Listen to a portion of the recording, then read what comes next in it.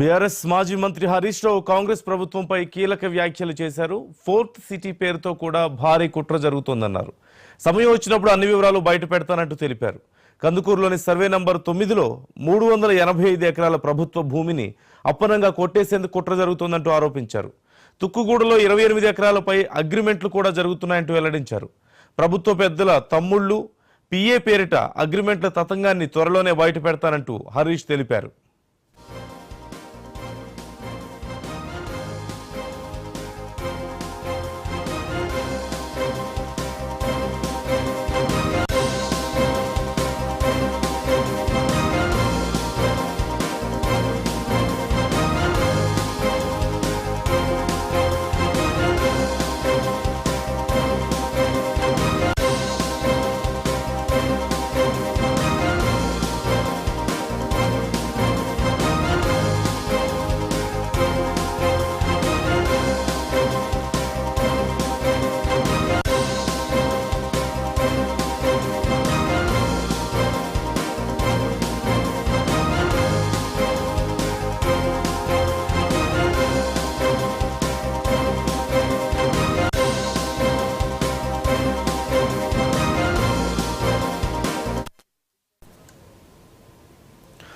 BRS మాజీ మంత్రి హరీష్ రావు కాంగ్రెస్ ప్రభుత్వంపై కీలక వ్యాఖ్యలు చేశారు. ఫోర్త్ సిటీ పేరుతో కూడా భారీ కుట్ర జరుగుతోందన్నారు.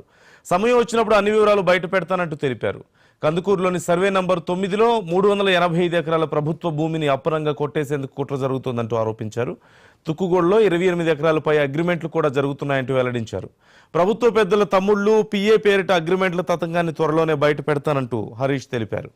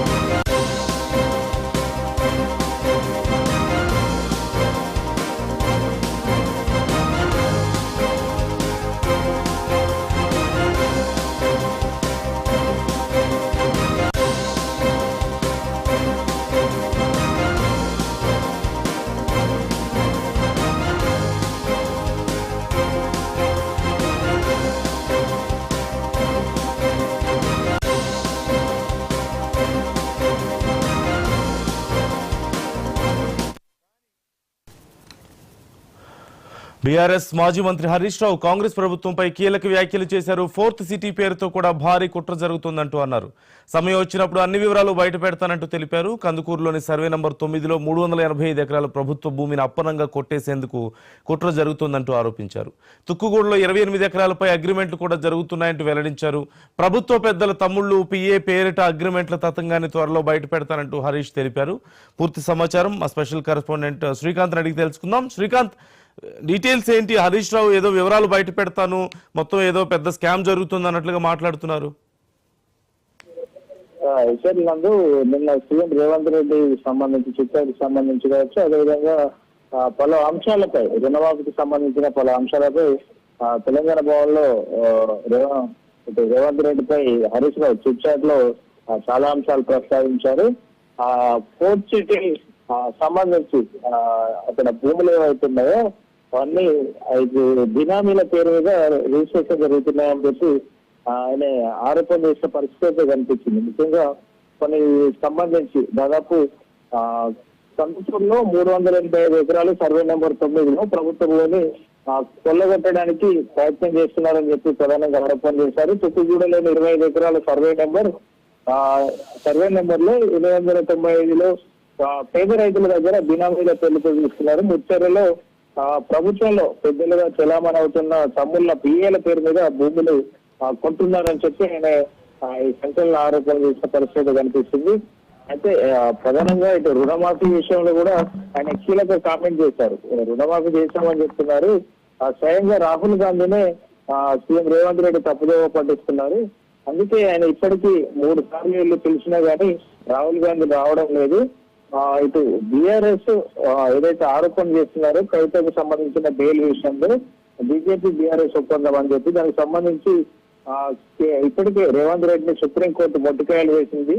ఎక్కడైనా బుద్ధి తెచ్చుకోవాలంటూ ఆయన మాట్లాడిన పరిస్థితి కనిపిస్తుంది. ముఖ్యంగా సీఎం రేవంత్ రెడ్డి టార్గెట్ గా ఆయన మాట్లాడారు. నిన్న హరీష్ రావు రుణమాఫీ చేస్తామని చెప్తే ఆయన పారిపోయాడని చెప్పి మాట్లాడిన పరిస్థితి ఉంది.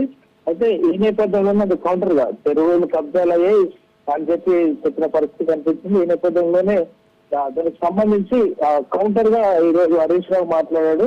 ఈ కౌంటర్ సందర్భంగా రేవంత్ రెడ్డి ఏదైతే ఈ రుణమాఫీ జరిగిందని చెప్తున్నాడో రాహుల్ గాంధీ ఏ రోజు వస్తాడో చెప్తే నేను డైరెక్ట్ శంషాబాద్ ఎయిర్పోర్ట్ కి వెళ్ళి రాహుల్ గాంధీని రిసీవ్ చేసుకొని వారి ఇంటికి వారి కొండారెడ్డిపల్లి ఏదైతే ఉందో సొంత గ్రామం అక్కడికి వెళ్తాను, తీసుకుని వెళ్తాను, కొడంగల్ వెళ్తాను, క్షేత్ర స్థాయికి వెళ్ళి పరిశీలిద్దాం, అక్కడ రుణమాఫీ జరిగిందా లేదా అనేది అక్కడ రైతులే చెప్తారని చెప్పి ఆయన సవాల్ చేశారు. అదేవిధంగా ఏదైతే ఈడీకి సంబంధించి ఇటీవల కర్ణాటకలో వాల్మీకి స్కామ్ చేసుకుందో దానికి సంబంధించి కూడా ఆయన లేవనెత్తాడు. కర్ణాటకలో అవి జరుగుతుంటే ఇక్కడ ఈడీ వచ్చి 9 అకౌంట్లకు డబ్బులు ట్రాన్స్ఫర్ అయినా కూడా ఎందుకు ఇక్కడ కాంగ్రెస్ నేతలు సైలెంట్ గా ఆయన ప్రశ్నించారు. బీజేపీ మంత్రులు బండి సంజయ్ అదేవిధంగా కిషన్ రెడ్డి ఎందుకు మౌనంగా ఉన్నారు, ఇక్కడ కాంగ్రెస్ ప్రభుత్వం 9 అకౌంట్లకు అమౌంట్ ట్రాన్స్ఫర్ అయిందన్నారు. ఒక ప్రభుత్వ సొమ్ము ఒక ప్రైవేట్ అకౌంట్ ట్రాన్స్ఫర్ అయింది, ఇక్కడికి ప్రభుత్వ సొమ్ము తోటి ఇటు బంగారం కార్లు కొన్న పరిస్థితి ఏర్పడింది, అది ప్రైవేట్ అకౌంట్ ట్రాన్స్ఫర్ అయింది.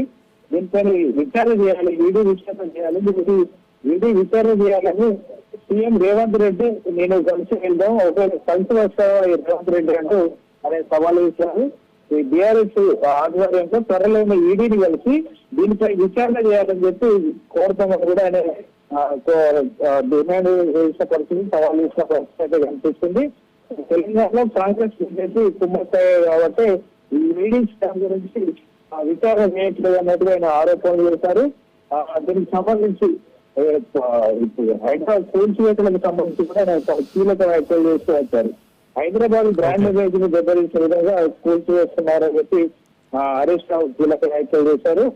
కేసీఆర్ కిట్టు రైతు బంధు కూల్చివేశారు, ఎమ్మెల్యేల ఫిరాయించిన ప్రజాస్వామ్యాన్ని కూల్చారు, రాష్ట్ర వైద్య వ్యవస్థను కూల్చారు, దేవుళ్లపై ఒత్తిరించి ప్రజల విశ్వాసాలను కూల్చారు, గొర్రెలు కాపాడిన ఉపాధికి కూల్చారు, హైదరాబాద్ ఆఫీస్ బుద్ధభవన్ నాలా కింద ఉంది, దాన్ని కూలగొడతానని ఆయన ప్రశ్నించారు. అదేవిధంగా రంగరాజు తన ఆఫీసును కూలగొట్టుకుని ఇతర బిల్డింగ్లకు కూలగొట్టాలని చెప్పి ఆయన సవాల్ చేశారు. జిహెచ్ఎంసీ ఆఫీసు గాల కింద ఉంది, దాన్ని కూలగొడతారని ప్రస్తావించిన పరిస్థితి. అంటే చాలా విషయాల్లో ఇప్పుడు అంటే పొంగులేటి ఇంట్లో నీళ్లు చెరువులోకి వెళ్తున్నాయా, ఎక్కడికి వెళ్తున్నాయో ఒకసారి చూడాలని చెప్పి ఆయన ప్రశ్నించిన పరిస్థితి కనిపిస్తుంది. అంటే మొత్తానికి హరీష్ రావు అయితే రేవంత్ రెడ్డి టార్గెట్ గా మాట్లాడిన పరిస్థితి కనిపిస్తుంది నాకు. Right thank you Srikanth.